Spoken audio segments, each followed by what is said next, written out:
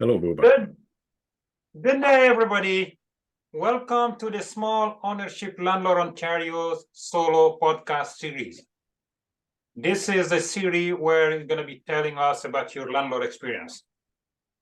Today, we have board member Kevin Costin, a landlord helping other landlords through his experience. He wrote a book narrating his interesting story. Welcome, Kevin. Thank Good you. afternoon. Thank you for having me, Boubah. Let's go right to the point. Why did you write this book? Well, my book, Rent to Ruin, of course, is a chronicling of the experiences I had with a set of tenants, two tenants who were a father and a son, and I wanted to really just tell the story.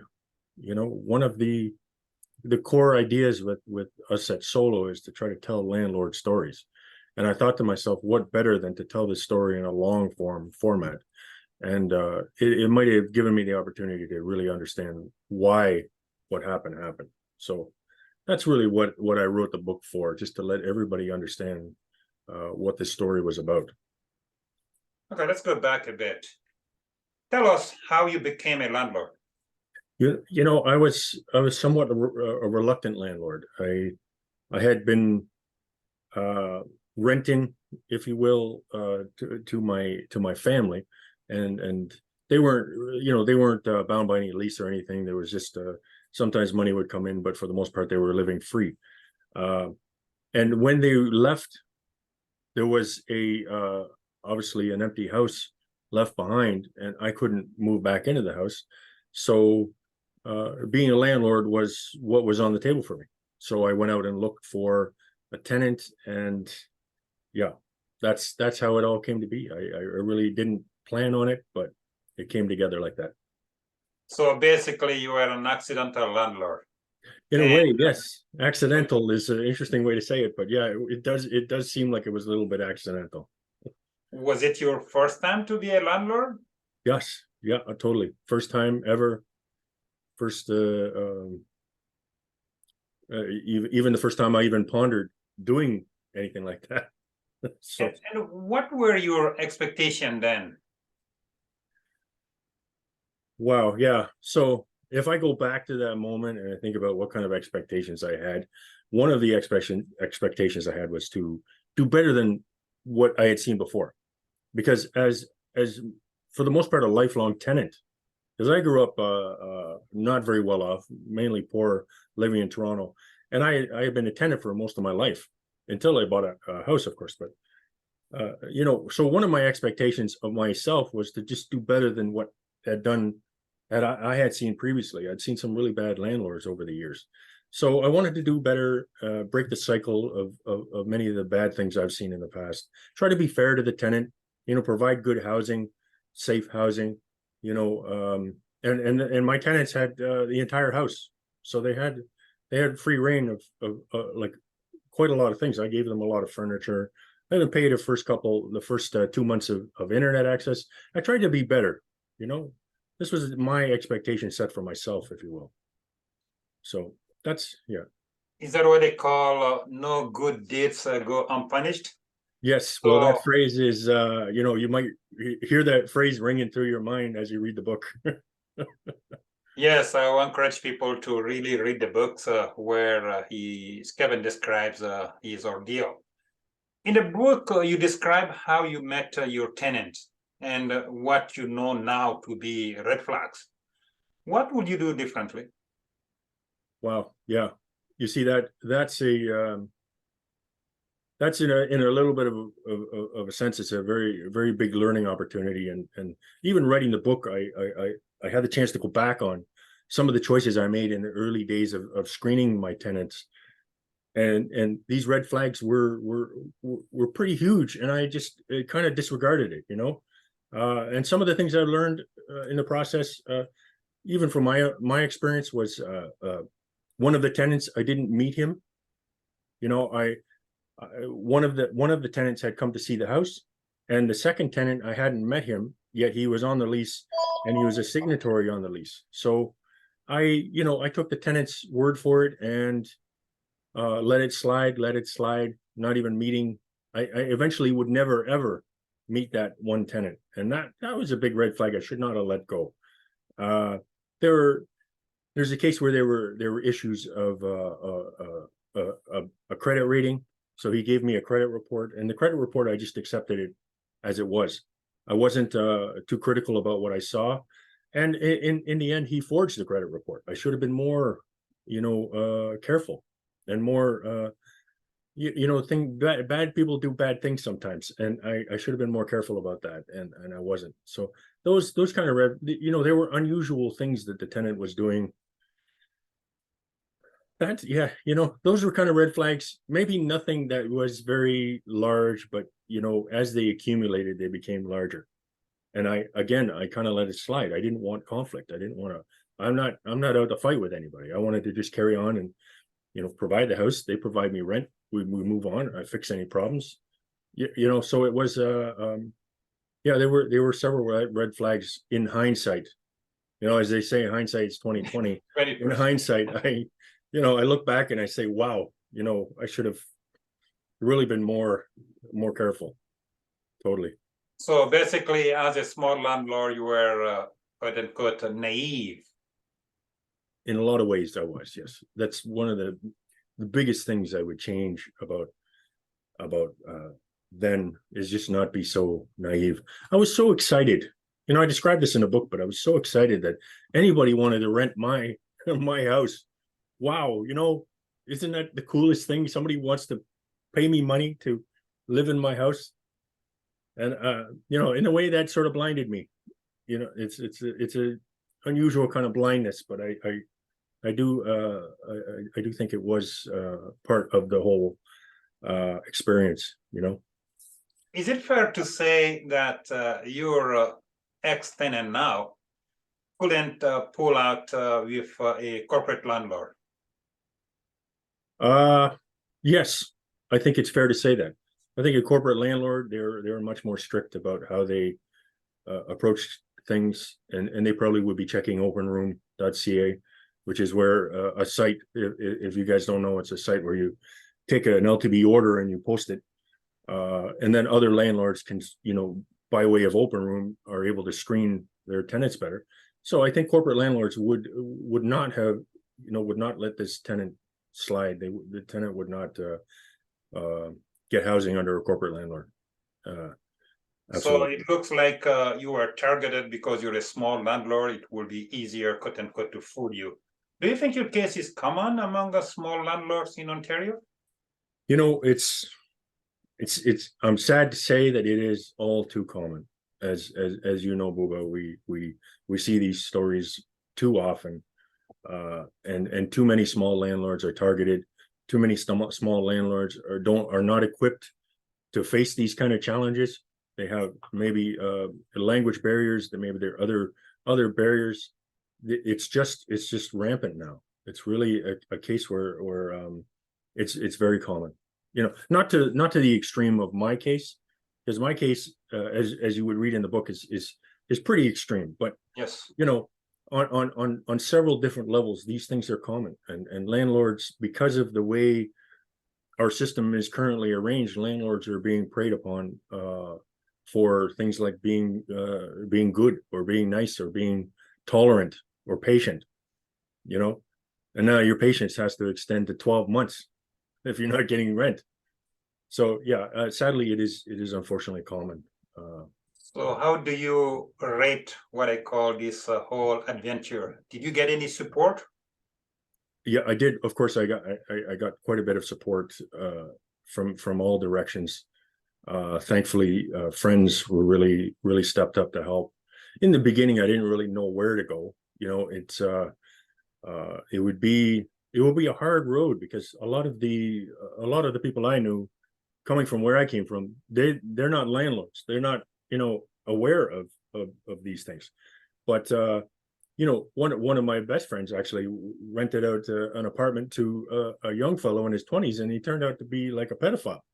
So as shocking as that experience was, it was like, there wasn't a lot of experience to draw upon in terms of friends and family.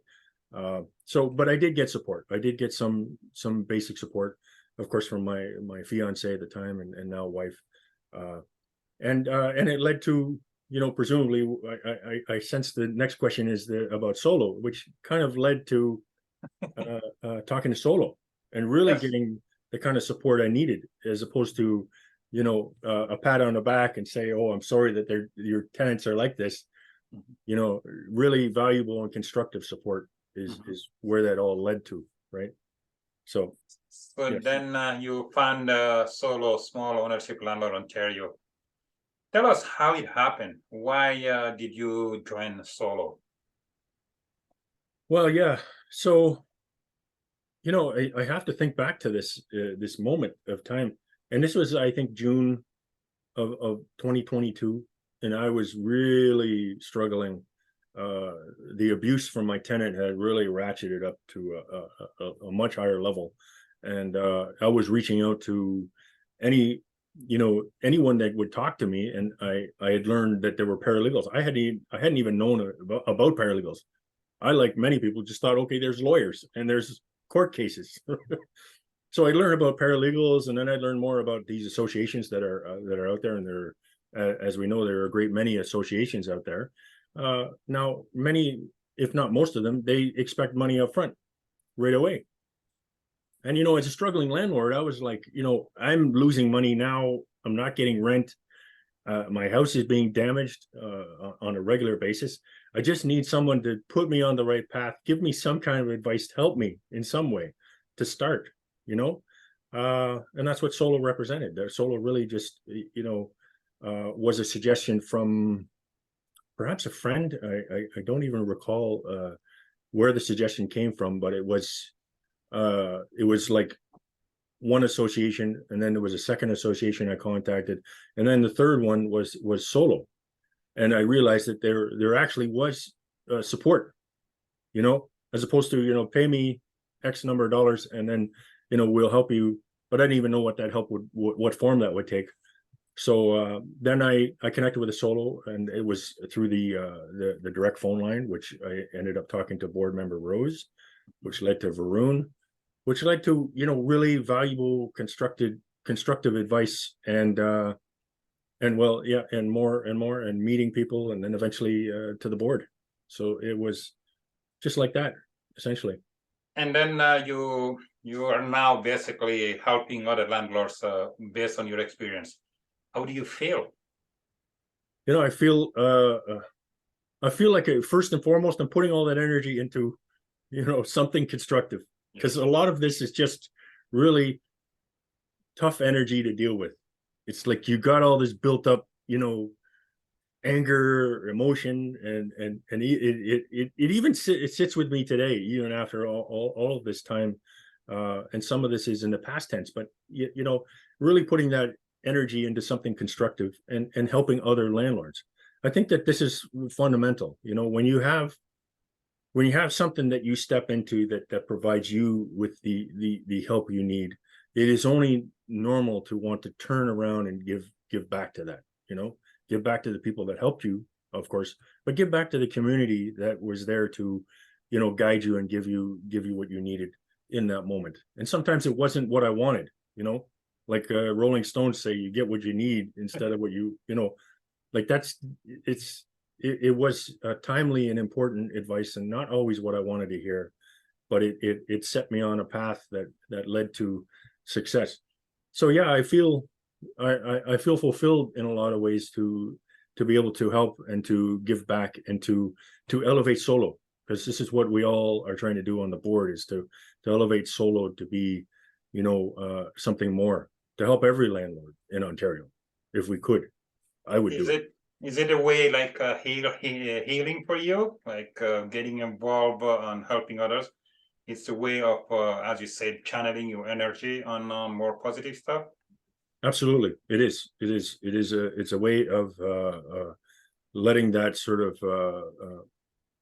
of anxious mental energy, and a way of letting it go. Sometimes landlords vent, and I've had my chances to vent about my experiences too. The whole book you could say is a way of venting, but yeah, it's so true. It's a healing process, and we're all healing together as a community, and all landlords are, especially small landlords in particular. We're all either in it and healing or out of it and healing, and there's a lot of healing to go around. Going back to the present housing crisis in Ontario, do you understand that some part of the society will see landlords as privileged people with $1 million assets, while the tenants are in a quote-unquote unbalanced, vulnerable position? How do you reconcile this? Right, it's a big one, right? Because of where housing is today and where the sentiment is today, it's true, and there is a very big perception of landlords being predatory and preying on tenants, and being, like you said, privileged, and whereas a tenant is perhaps not as privileged because they're renting. I think it's one of the struggles we face every day, because a small landlord, while yes, they own a house, they are, they're not always as well off as people think, especially if they're just one unit or one or two units in a duplex. The idea and the perception of a landlord being privileged and having this onerous power over tenants is something that we work to change every day, because we're just people. We're just trying to get by. We're just trying to do our best renting out to tenants. And we're not making, like corporate landlords, we're not making like 50% profit on houses and rentals. So yeah, this is it's a tough perception to combat. I'm in a somewhat unique position in terms of who I am and where I came from, because I did not come from privilege. I understand that, I understand many of these perspectives, and when it comes to tenants and seeing landlords that do bad things to them. So, it's a perception that I think that has to change, because out there things are changing. Small landlords are becoming more and more common, whereas large and corporate landlords are not. They don't have a stranglehold over every rental, right? It's not. It's a matter of the fact that we are people of all stripes and whatnot, and we're just renting our houses, and we deserve to be treated like anybody else. We deserve justice like anyone else, right? So, notwithstanding all that happened, do you feel for your now ex-tenant who is will be out of the street, will most likely be having issue getting a new place to stay? Well, that's a big question, because when I think of one of my tenants, he has some issues, medical issues, and I do feel for him, and I do feel like he like me faced a great deal of abuse. So on that regard, yes, of course, and I don't ever want anyone to be homeless. That's not the goal of any landlord, I don't think. So the reality is that we need to support people in where they are and what they are, and in a way, perhaps my my tenant, my abusive tenant, might be better accommodated in the Kingston Penitentiary, but regardless, he deserves accommodations like anyone else. So I don't wish ill on him in any regard. No. So that's so what's now? You still have a valuable property while your tenant has nothing. So what's your plan now with that property? Well, now is rebuilding. So as mentioned in the book, there was an incident with a tenant where the tenant started a fire in the basement, and essentially burnt the house down to basically a shell. So the outside shell was left over, and everything else was pretty much destroyed. So don't give away the story. Yeah, spoiler alert. If you I should have mentioned that, but Yeah, so right now the efforts on my part, the house can't be lived in. There are no utilities. There is no electrical or gas or water, and it's just rebuilding. Thankfully, knock on wood, the insurance company is paying for the rebuild, and the rebuild is quite costly. So that would have, like in the title, that would have absolutely ruined me if there was no insurance to cover this. So yeah, right now it's rebuilding. I am aware of the fact that my tenant is accommodated in an apartment somewhere. So he did find accommodations, perhaps maybe fraudulently. One never knows, but yes. So the tenant landlord relationship, it can be fraught with conflict. How do you think, in a perfect world, that relationship should be managed? Yeah, that's one of the things when I talk to landlords, other landlords about their current struggles. I always try to relate the fact that you want to, if you have a good relationship, hold on to that. Find ways to compromise. Find ways to work with them. Find ways to make peace with the tenant, especially if there are tense moments. Raising the rent can be a tense situation. Inspections can be somewhat tense. I always say try to just work on that relationship, because it's always easier if you ask the tenant to move on, help them move on, even pay moving expenses or something like that. There is no LTB, there is no problems.